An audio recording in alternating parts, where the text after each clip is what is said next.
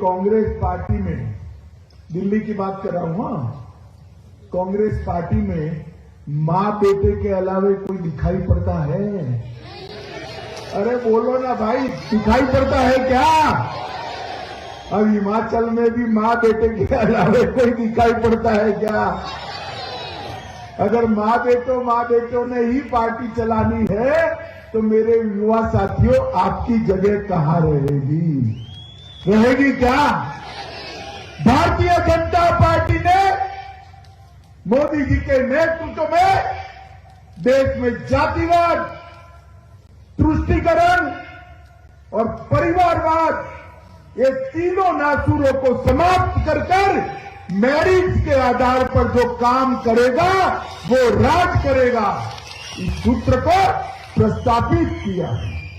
हमने पिछले 5 सालों में हमारे विधायक जी के नेतृत्व में सड़क, पानी, स्वास्थ्य और शिक्षा के क्षेत्र में ढेर सारे काम किए हैं। 70 साल तक इस कांग्रेस पार्टी ने जवाहरलाल नेहरू की भूल को अपनी गोदी में झुलाने का काम किया, 370 को बचाकर। और धारा 370 के कारण भारत माता का मुकुटमणि अपना कश्मीर भारत के साथ कायमी जुड़ाव से अलग रहा। मोदी जी को आप लोगों ने दूसरी बार प्रधानमंत्री बनाया। हिमाचल की सारी सीटें 2019 में फिर से मोदी जी की झोली में डाल दी।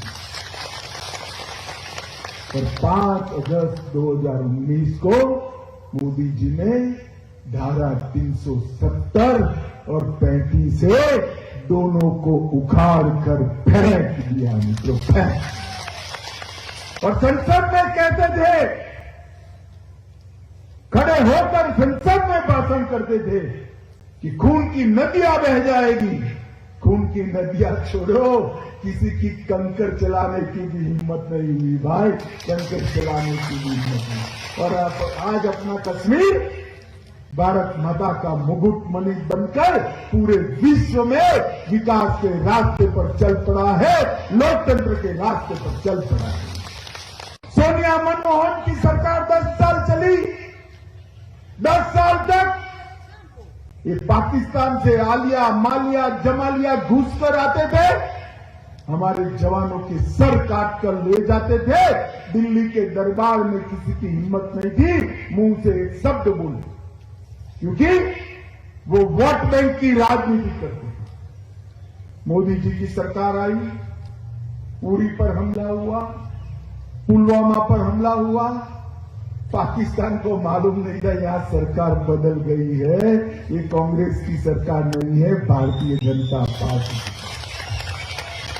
और मौनी बाबा मनमोहन सिंह प्रधानमंत्री नहीं है, नरेंद्र मोदी जी प्रधानमंत्री है। 10 ही दिन में सर्जिकल स्ट्राइक और एयर स्ट्राइक कर पाकिस्तान के घर में घुसकर करारा जवाब देने का काम देश के प्रधानमंत्री ने। और मित्रों, आज पूरी दुनिया में ये संदेश चला गया है कि भारत की सीमा और भारत की सेना इसके साथ छेड़खानी नहीं करते, वरना जवाब मिलता है, जवाब मिलता है। ये मेरा हिमाचल प्रदेश सबसे ज्यादा सेना के जवानों को भेजने वाला प्रदेश। 40 साल से सेना के जवान 1 रैंक 1 पेंशन की मांग करते थे, एक कांग्रेसी नहीं देती। मोदी जी 2014 में प्रधानमंत्री बनने के साथ ही 1 रैंक 1 पेंशन का 40 साल पुराना मसला समाप्त है। क्योंकि मोदी जी मानते हैं, भारतीय जनता पार्टी मानती है कि जो अपने प्राणों को न्यौछावर कर सीमाओं की सुरक्षा करते हैं, वो जवानों के परिवार को खुशहाल रखने का काम देश की सरकार का है। मित्रों, 40,000 करोड़ रुपया आज तक वन रैंक वन पेंशन में भारत सरकार ने रिटायर्ड जवानों के बैंक अकाउंट में सीधा पहुंचाने का काम किया। मित्रों, कांग्रेस पार्टी के लिए ये शिमला जो है ना, हमारा हिमाचल जो है ना, वो टूरिस्ट स्पॉट है, टूरिस्ट स्पॉट। घूमने चले आते हैं, नेहरू से लेकर राहुल बाबा तक सभी लोग।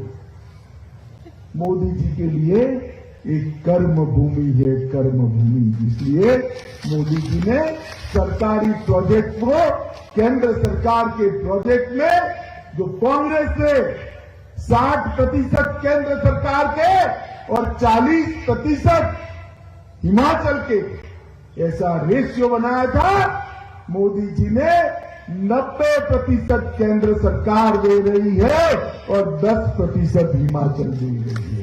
इस प्रकार का रेशियो बनाया ये डबल इंजन की सरकार ने।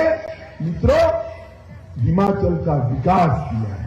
हिमाचल के क्षेत्र को विकसित प्रदेश बनाने के लिए यहां इतनी सारी माताएं बैठी हैं।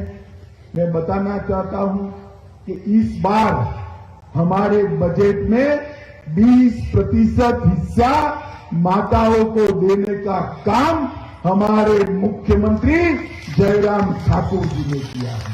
मोदी जी ने बाबर के जमाने से टूटा हुआ राम मंदिर फिर से बनाने के लिए 2019 में भूमि पूजन कर दिया है और 2024 में वहां आकाश को छूने वाला राम मंदिर हम सब देख पाएंगे। हमारे गुजरात में पूछते हैं कि भाई मोदी जी कहां से हैं। मैं भी गुजरात से आता हूं, मोदी जी भी गुजरात से आते हैं, मगर जब पूछते हैं तो आधे लोग कहते हैं हिमाचल से आते हैं और आधे लोग कहते हैं गुजरात से आते हैं। मोदी जी ने हिमाचल को अपनी कर्मभूमि माना है। ये कांग्रेस वाले, उनके पास कोई एजेंडा नहीं, एक ही एजेंडा है, रिवाज है, रिवाज है, रिवाज है। राहुल बाबा, रिवाज काम में आने वाला नहीं है। उत्तराखंड के पहाड़ में रिवाज तोड़ा है, इस बार हिमाचल भी रिवाज तोड़ने वाला है। ये हरी टोपी लाल टोपी की बात करते हैं। करसोग के भाइयों बहनों, मैं कहने आया हूं, आज से हरी टोपी भी भाजपा की है, लाल टोपी भी भाजपा की है। हिमाचल नीचे का हिमाचल, ऐसी बात करते हैं। मैं आज हिमाचल वासियों को कहने आया हूं, ऊपरी हिमाचल भी भाजपा के साथ है, नीचे का हिमाचल भी भाजपा के साथ। हमसे जुड़े रहने के लिए हमारे YouTube चैनल को सब्सक्राइब करें और नई वीडियो की नोटिफिकेशन के लिए बेल आइकॉन को दबाएं। अगर आप ये वीडियो Facebook पर देख रहे हैं तो लाइक जरूर करें और ज्यादा से ज्यादा शेयर करें। इसी तरह के और भी अपडेट्स के लिए फॉलो करें हमारा Instagram पेज himachal.kesari।